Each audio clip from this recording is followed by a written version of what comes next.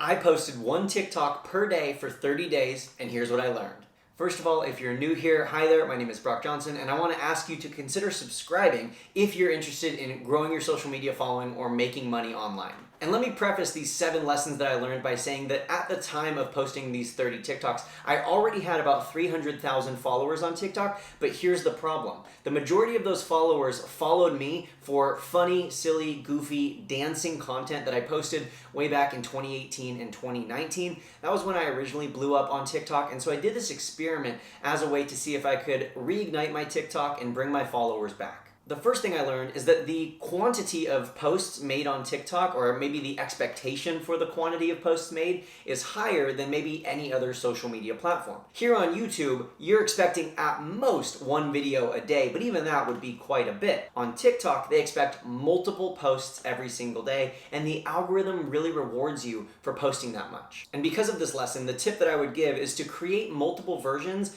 of trends. So let's say you're remaking a video that's currently trending using a soundbite that's blowing up right now. Instead of just making and sharing one version of it, make 2, 3, or 4 versions if you can come up with that many, all using the same trend. Oh, really? What's your major? Oh, it's mathematics. Wow, you're so smart. I could never do that. I cannot keep having the same conversation. As you're watching right now, let me know in the comments, do you regularly post on TikTok or have you not jumped in yet? The second thing I learned is create fast and don't overthink it. My best performing videos over those 30 days were the ones that I made super quick and just pressed post. I didn't let them sit in my drafts. I didn't mill about wondering or not if it would do well. I just pressed post. The third lesson that I learned is using saved folders is really, really helpful. Rather than just pressing the save button so that all of the TikToks that I've saved are just in one big folder, I would split them into different collections based off why I was saving them. Some videos I saved because they were content ideas. Some I saved because they had a great hook. Some I saved because I loved their call to action.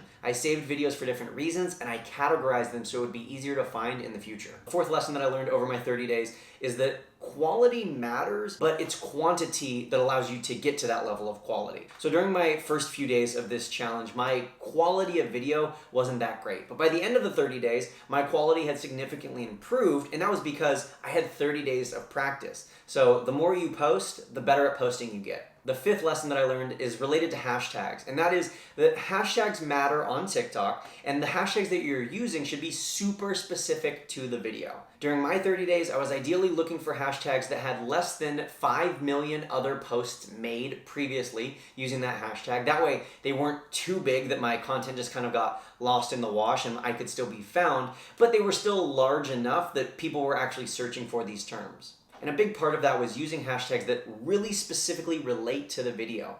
Rather than just using hashtag Instagram, I would use hashtag Instagram algorithm 2022 so that the TikTok algorithm really knew what my content was about and who to show it to.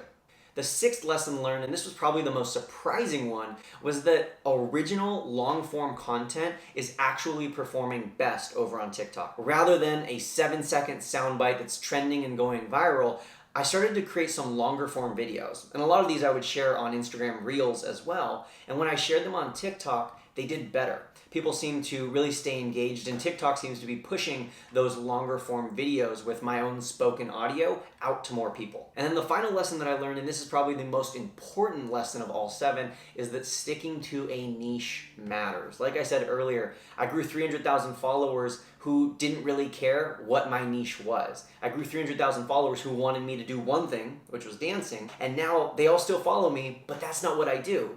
I mean, I still dance, but that's not my focus. My focus isn't just making silly videos. My focus is sharing exactly what I'm sharing with you in this YouTube video, which is educational tips around growing on social media. And so because I had changed my niche, a lot of my followers were no longer interested, but they were still following, and that creates a problem. But over the 30 days, the more I consistently posted about this one topic, growing on social media and making money online, the more my followers started to engage, the more the right kind of followers started to find me, and the more the wrong kind of followers started to unfollow, which was honestly a good thing. Thank you so much for watching today. If you found this valuable, please consider pressing subscribe for more content about growing on social media and making money online.